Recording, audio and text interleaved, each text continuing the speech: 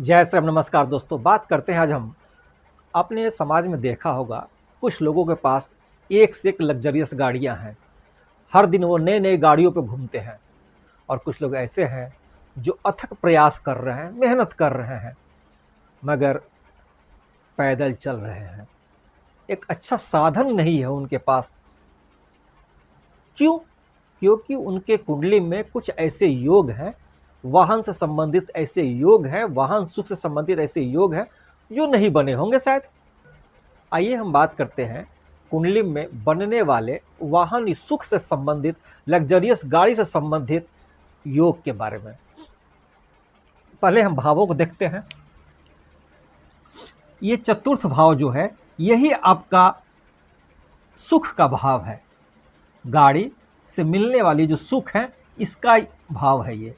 और शुक्र जो है इसके कारक है। शुक्र क्या है? लग्जरी है ना, भौतिक विलास से संबंधित कारक है वो। शनि क्या है? लोहा है। और गाड़ी घोड़ी जितने भी बनते हैं वो लोहा से ही बनते हैं। और लग्न क्या है? आप है। तो मेनली इन चीजों को देखना होता है ना। चतुर्थ भाव, चतुर्थेश, लग्न भाव, लग्नेश एवं शुक्र की स्थिति को कुंडली में देखें। अगर यह स्थिति अच्छी है, इनके योग अच्छे बन रहे हैं, तो फिर आपको जीवन में वाहन सुख मिलेगा ही। ये मकर लग्न की कुंडली है। इसमें चतुर्थ भाव के स्वामी कौन हुए? मंगल। ठीक है। और शुक्र मान लीजिए यहां पे बैठे हों।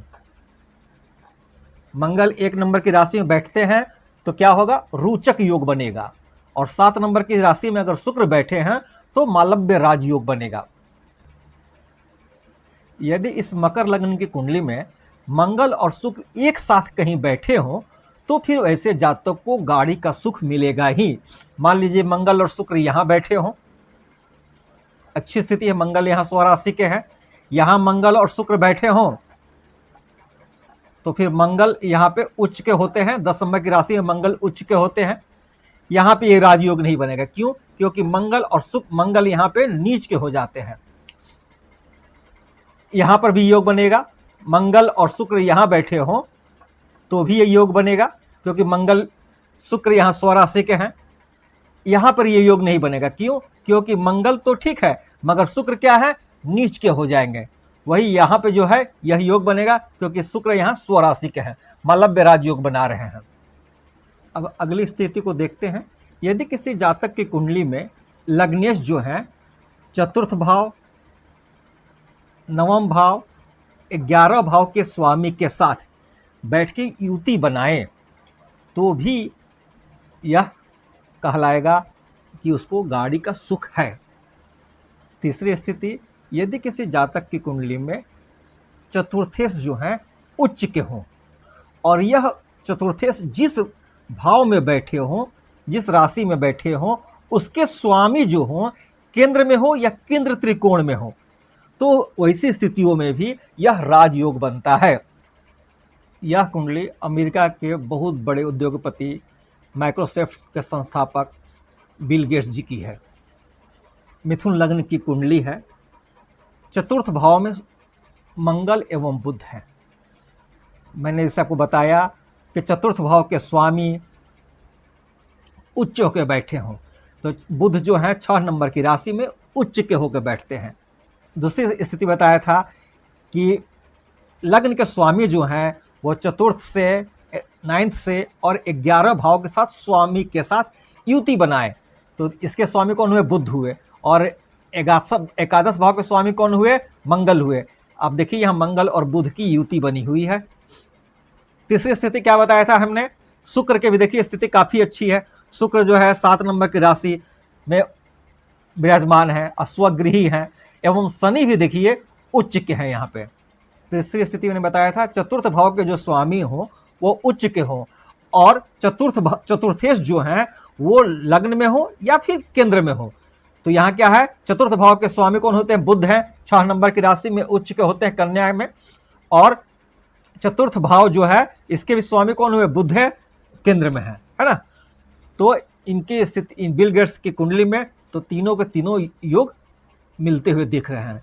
काफ़ी अच्छा योग है, कहने की बात ही नहीं। गाड़ियों का आडंबर लगा हुआ है, लग्जरियस गाड़ियों का। अब हम अगली स्थिति को देखते हैं।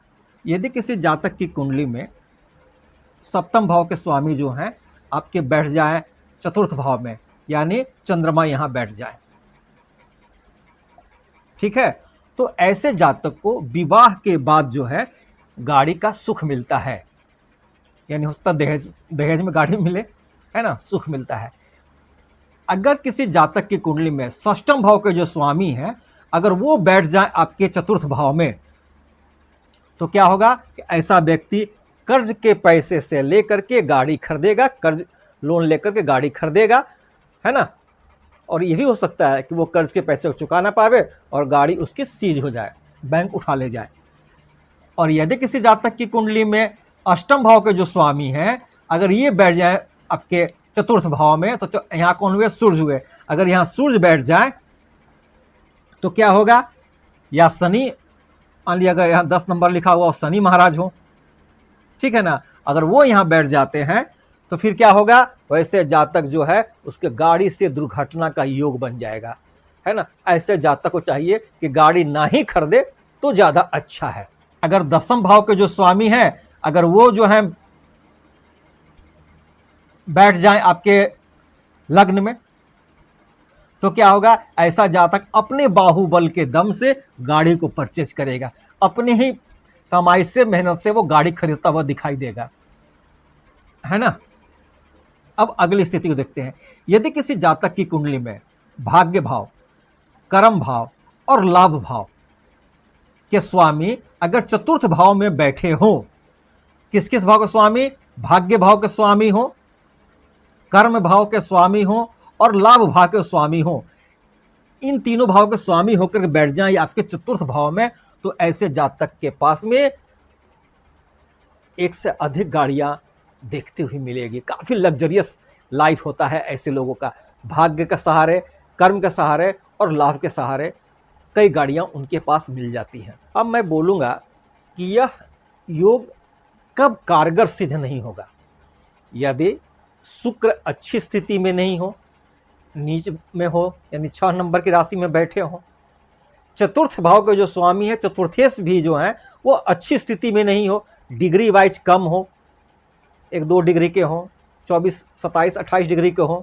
यानी बाल्यावस्था में हो या वृद्धावस्था में हो, सूर्य से अस्त नहीं हो, चतुर्थेश भी और शुक्र भी, यह आपकी कुंडली में सूर्य से अस्त नहीं हो, पाप कर्तरी में नहीं हो, पाप ग्रह से दृष्ट नहीं हो, तो आप अपनी कुंडली में देख ले।